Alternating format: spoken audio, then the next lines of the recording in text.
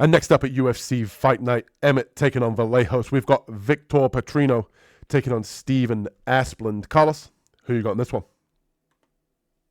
I'm gonna go Petrino in this one. I gotta go Petrino because he's just the better athlete. He's a big guy. He's very strong. He's athletic. He's quick. He's explosive, and he's not gonna have an issue taking Asplund down. You know what I mean? He's gonna be able to lift him and dump him down. Um, Asplund on his back, it's going to be a problem for him getting back up. Unless he's up against the cage, he might have a chance to use that to get back up. But striking wise, I do feel that Petrino needs to be a little cautious. He may be the quicker guy to the target, but Asplund, he's a heavy hitter.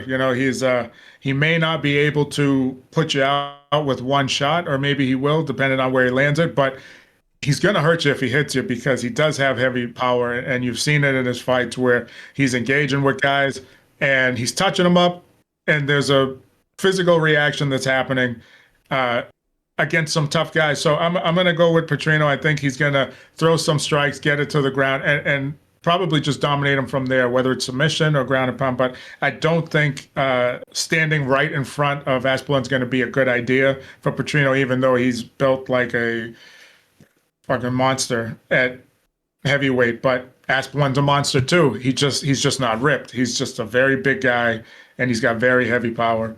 And yeah, I'm gonna go with Petrino. He's got a little bit more experience, a little bit more skill, fought better opponents. Petrino, let's get it done.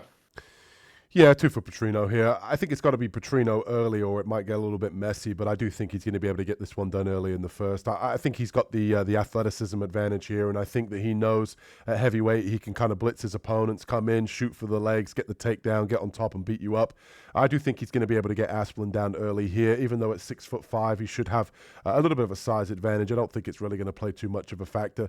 Petrino, obviously, we know he's necessarily a good athlete. He's obviously very physically strong, but he's not necessarily that fundamental on the feet, and that's where I think it could get a little bit tricky, especially if he doesn't get Asplund out of there in the first round with his grappling. And I do think that's going to happen, but if he doesn't, might want to put a little bit of a live bet here on Asplund. I think the volume in the punching, he's more fundamental in the striking, and I do think ultimately this one plays out where if Petrino does get tired, especially from grappling early in the first, you might see him struggle to get the takedowns late in this or in the second round, and Asplund's able to kind of win the second and third round with his boxing.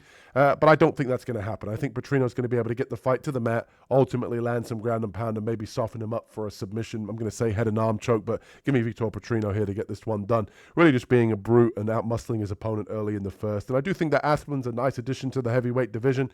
He does have good boxing and nice low kicks, but ultimately I think Petrino is a big step up in competition, and I think he's going to be able to get this one done with the wrestling.